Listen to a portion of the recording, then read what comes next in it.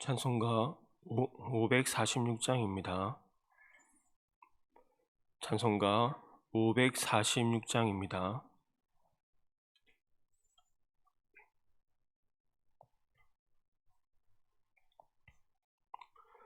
주님 약속하신 말씀 위에서 영원토록 주를 찬송하리라.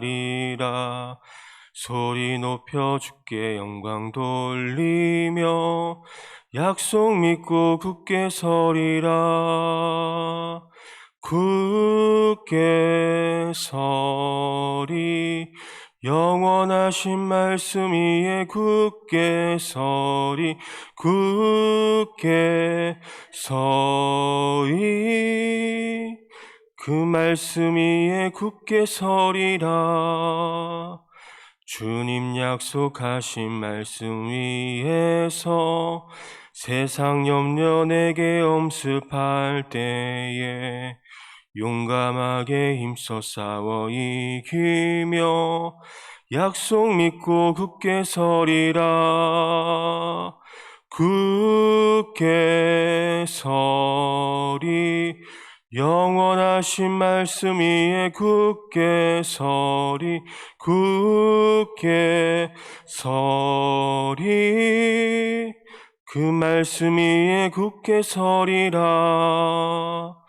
주님 약속하신 말씀 위에서 영원하신 주의 사랑 힘입고 성령으로 힘써 싸워 이기며 약속 믿고 굳게 서리라.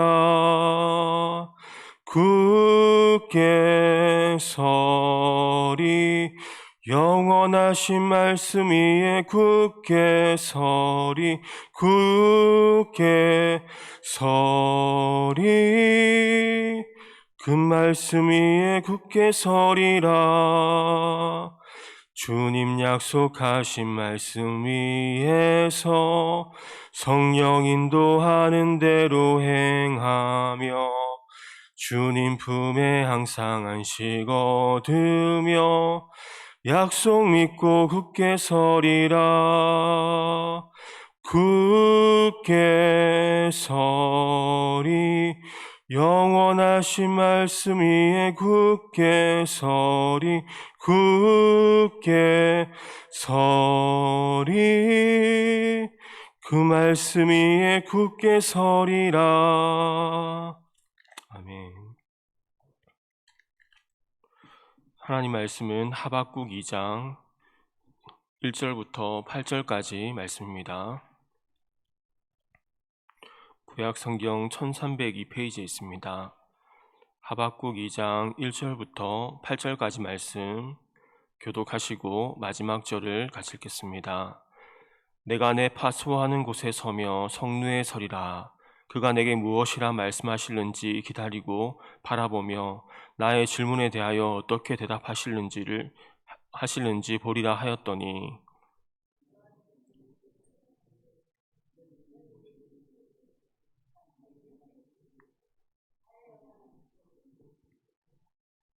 이 묵시는 정한 때가 있나니 그 종말이 속히 이르겠고 결코 거짓되지 아니하리라. 비록 더딜지라도 기다리라. 지체되지 않고 반드시 응하리라.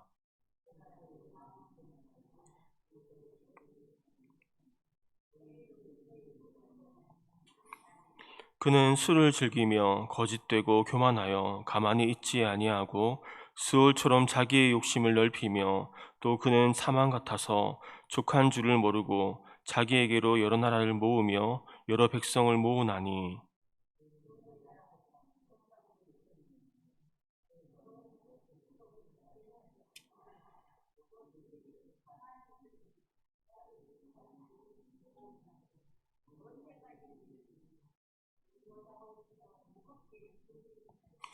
너를 억누를 자들이 갑자기 일어나지 않겠느냐? 너를 괴롭힐 자들이 깨어나지 않겠느냐?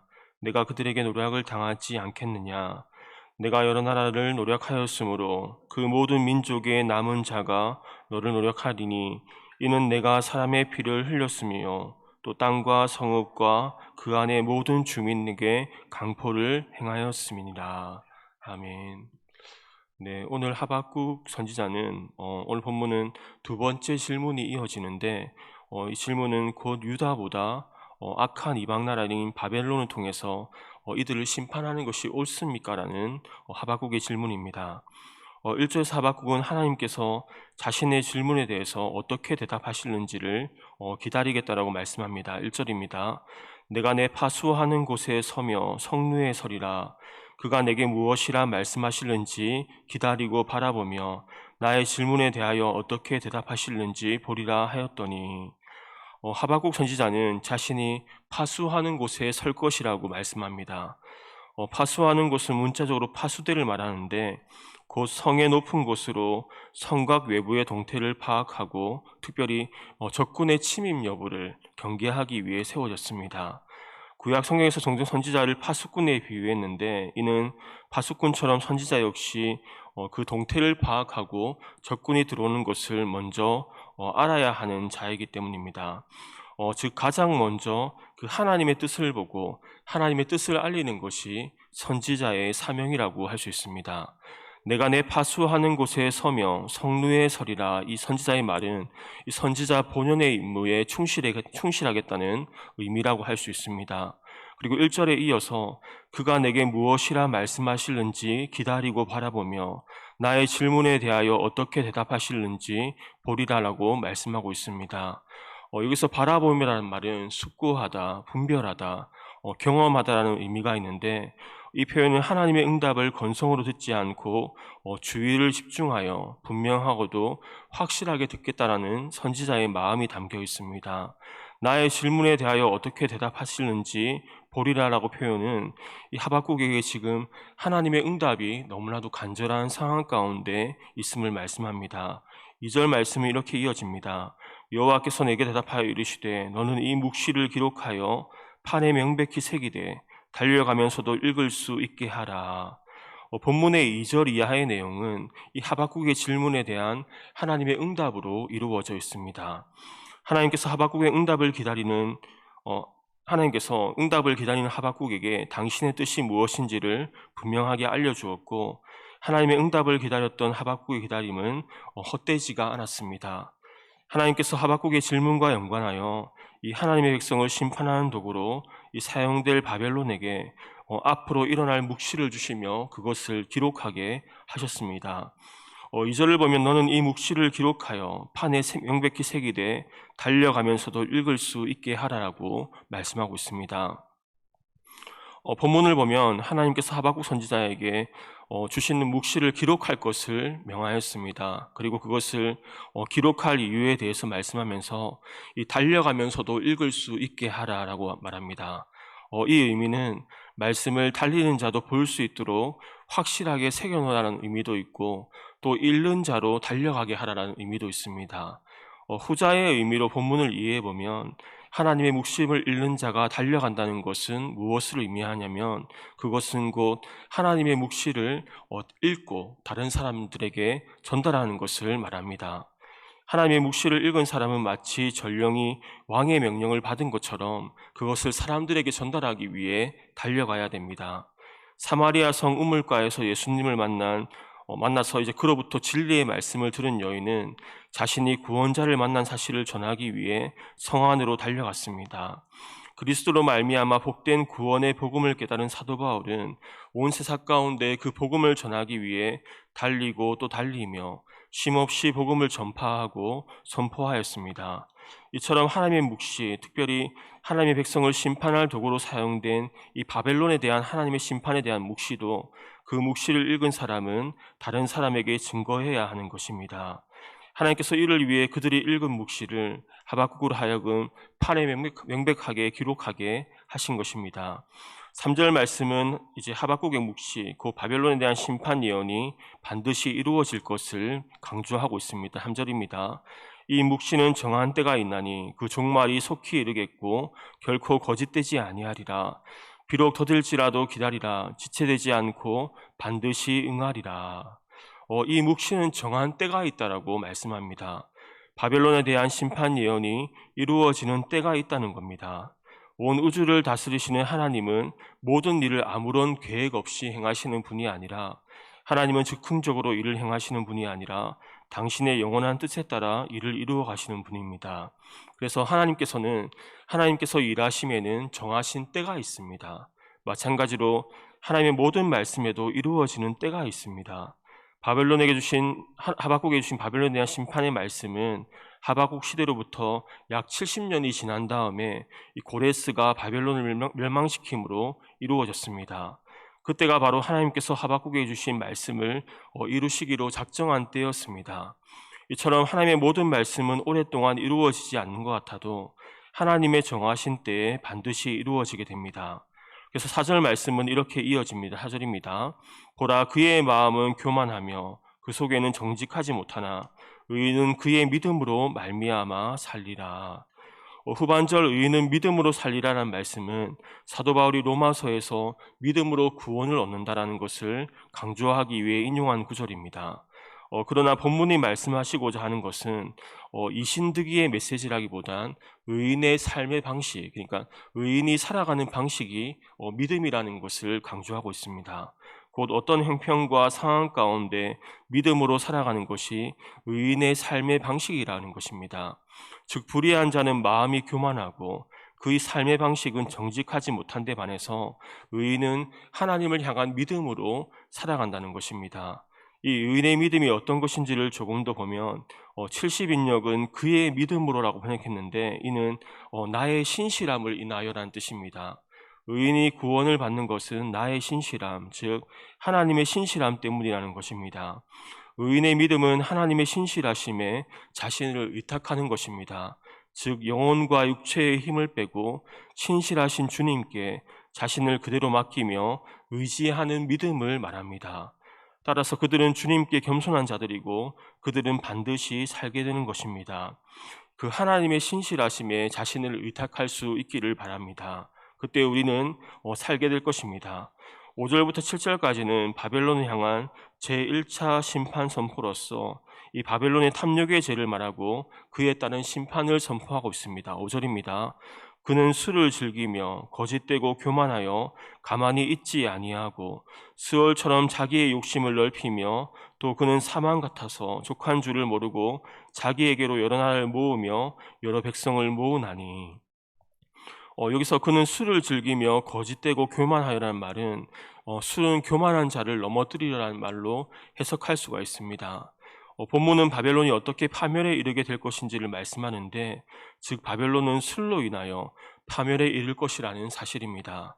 실제로 바벨론의 마지막 왕 벨사살은 연합군에 의해 바벨론 성이 포위된 와중에도 이 거대한 연회를 베풀며 술에 취한 나머지 지극히 교만하여져서 하나님의 성전 기물을 가져다가 거기에 술을 따라 마시는 행위를 하다가 그날 밤에 성이 함락됨으로 이 벨사살 왕도 바벨론 제국도 막을 내리게 되었습니다. 술은 사람으로 교만하게 지게 하고 그로 인해 마침내 파멸에 이르게 하는 것입니다. 그리고 이어지는 6절부터 8절까지 말씀은 이 바벨론에 대한 심판을 선포하는 내용입니다. 6절부터 8절입니다. 그 무리가 다 속담으로 그를 평론하며 조롱하는 시로 그를 풍자하지 않겠느냐. 곧 이르기를 화 있을 진저 자기 소유 아닌 것을 모으는 자여 언제까지 이르겠느냐. 볼모 잡은 것으로 무겁게 짐진 자여 너를 억누르는 자들이 갑자기 일어나지 않겠느냐. 너를 괴롭힐 자들이 깨어나지 않겠느냐. 내가 그들에게 노략을 당하지 않겠느냐. 내가 여러 나라를 노력하였으므로 그 모든 민족의 남은 자가 너를 노력하리니 이는 내가 사람의 피를 흘렸으며 또 땅과 성읍과 그 안의 모든 주민에게 강포를 행하였음이니라. 6절 말씀이 이렇게 말합니다. 화 있을 진저 자기 소유 아닌 것을 모으는 자여. 바벨론이 다른 나라를 침략한 것은 그들의 이기적인 탐심 때문이었습니다. 하나님께서는 그들에게 메소포타미아라는 넓고 비옥한 지역을 그들에게 땅으로 주셨습니다. 그들은 그렇게 넓고 비옥한 땅에서 이 다른 나라에 비해 풍요로운 삶을 살 수 있었습니다. 하지만 그들은 자신들이 차지하는 땅으로 만족하지 못했고 그들은 자기들의 소유 외에 다른 나라 사람들의 소유를 탐하였던 것입니다. 그래서 8절 후반절에 하나님께서 바벨론을 심판하시는 이유에 대해서 이렇게 말씀합니다. 이는 내가 사람의 피를 흘렸으며 또 땅과 성읍과 그 안의 모든 주민에게 강포를 행하였음이니라. 하나님은 자신의 공의에 따라서 바벨론을 심판하기로 작정하였던 것입니다. 오늘 본문을 보면 중요한 사실이 있습니다. 어쩌면 하박국은 하나님을 향해 무례할 정도로 그의 응답을 기다리는 모습을 보게 됩니다. 내가 하나님이 어떻게 하시는지 볼 것이다. 내가 하나님이 무엇이라 말씀하시는지 볼 것이다. 사실 이런 선지자의 태도는 그렇게 좋아 보이지는 않습니다. 그런데 하나님은 무례해 보일 정도로 이 당신과 논쟁하려 했던 하박국을 책망하지 않았다는 것입니다. 하나님은 그의 무례함을 용납하셨을 뿐 아니라 그가 감당할 수 없을 정도로 어마어마한 진리를 깨닫게 해주셨습니다. 하나님께 불평하며 절망스러운 탄식을 넘어 하나님과 논쟁하려 했던 그로서는 감히 누릴 수 없는 하나님의 긍휼과 자비하심이었습니다. 하나님은 그의 불평과 무례함까지도 받아들이고 그를 영광스러운 진리로 이끄시는 너그러우심을 보여주셨습니다. 하나님은 하박국의 불평 어린 질문을 그의 연약함과 함께 그대로 받으셨습니다. 그 어떤 인간도 하나님처럼 강하지 않다는 것을 하나님은 아셨습니다. 우리가 어찌 불평하지 않을 수 있겠습니까? 겟세마네 동산의 예수님도 이 잔을 제가 꼭 마셔야 합니까? 라고 질문하였습니다. 우리는 강하여짐으로 또 완전해져야만 하나님께 받아들여지는 것이 아닙니다. 우리는 강해짐으로 하나님께 받아들여지는 것이 아닙니다. 그렇게 해야 구원을 받는 것도 쓰임을 받는 것도 아닙니다. 하나님은 우리의 불신과 불평을 넘어서서 우리를 용납하시는데 하나님은 하박국의 눈을 열어주셔서 온 세계를 다스리고 통치하시는 하나님을 보여주셨습니다. 이제 그의 눈은 열어졌고 하박국은 변화되어집니다. 이것이 하박국의 지혜로 인한 것이 아니라 그에게 친절하게 당신을 알려주신 하나님의 은혜였습니다. 사람은 자신의 지혜로 주님께 이를 수 없습니다. 주님이 찾아오셔야 그것은 가능한 것입니다. 하박국도 주님의 은혜로 그분의 진리를 알게 된 것처럼 우리가 주님을 알게 되는 것도 주님의 은혜입니다. 오늘도 주님을 사랑하고 주님을 더욱 알게 되는 은혜가 우리 모두에게 임하기를 축복합니다. 주의 은혜로 하나님께서 주님의 의를 이루시고 우리를 품에 안으시며 우리 안에 하나님 나라를 더욱 세워가는 은혜가 우리 모두에게 있기를 주님의 이름으로 축원합니다. 기도하겠습니다. 은혜가 풍성하신 하나님, 우리를 불러주시고 주님의 사랑을 알게 해주셔서 감사드립니다. 우리의 많은 부족함과 연약함 가운데도 주님의 선하신 뜻을 이루시고 또한 우리를 사용하여 주심에 감사드립니다. 오늘도 주님의 은혜로 우리의 영적인 눈을 열어주시고 주님의 품 안에 안으시는 은혜를 우리에게 허락하여 주옵소서. 오직 의인은 믿음으로 말미암아 살리라는 말씀처럼 우리가 세상의 방법대로 또 인간적인 방법으로 행하는 것이 아니라 하나님의 신실하심을 믿음으로 의지하며 살아가는 우리 모두가 되게 하여 주옵소서. 우리가 우리 삶 가운데 많은 일들 가운데 하박국과 같이 하나님께 묻기를 원합니다. 우리의 위선과 가면을 벗어버리고 하나님께 정직하고 겸손하게 물을 때에 주님의 말씀이 우리 모두에게 임하는 은혜가 있게 하여 주옵소서. 우리에게 약속의 말씀과 비전을 더하여 주시고 그리하여 하나님의 말씀에는 때가 있다는 것을 알고 그 말씀이 이루어지기까지 밤낮 부르짖는 기도의 사람들이 다 되게 하여 주옵소서. 우리 개인만을 위해 기도하지 않고 공동체의 영적인 상황을 바라보며 하박국과 같이 하나님 앞에 중보하는 중보기도자들이 다 되게 하시고 중보기도자들에게 시므온과 같이 주님의 약속의 말씀이 이루어지는 것을 보게 하시고 더욱 주님과의 친밀함과 성령의 충만함이 더하여지는 은혜를 허락하여 주옵소서. 오늘 거룩한 주일을 위해 기도합니다. 주님께서 모든 예배 가운데 함께하여 주시고 또 마음을 열어주시고 눈을 열어주시고 복음을 알게 하시고 말씀이 새겨지게 하셔서 이 복음의 자유와 풍성한 생명을 누리는 주의 자녀들이 다 되게 하여 주옵소서. 감사드리며 살아계신 예수님의 이름으로 기도드립니다. 아멘. 하늘에 계신 우리 아버지, 아버지의 이름을 거룩하게 하시며 아버지의 나라가 오게 하시며 아버지의 뜻이 하늘에서와 같이 땅에서도 이루어지게 하소서. 오늘 우리에게 일용할 양식을 주시고 우리가 우리에게 잘못한 사람을 용서하여 준 것 같이 우리 죄를 용서하여 주시고 우리를 시험에 빠지지 않게 하시고 악에서 구하소서. 나라와 권능과 영광이 영원히 아버지의 것입니다. 아멘.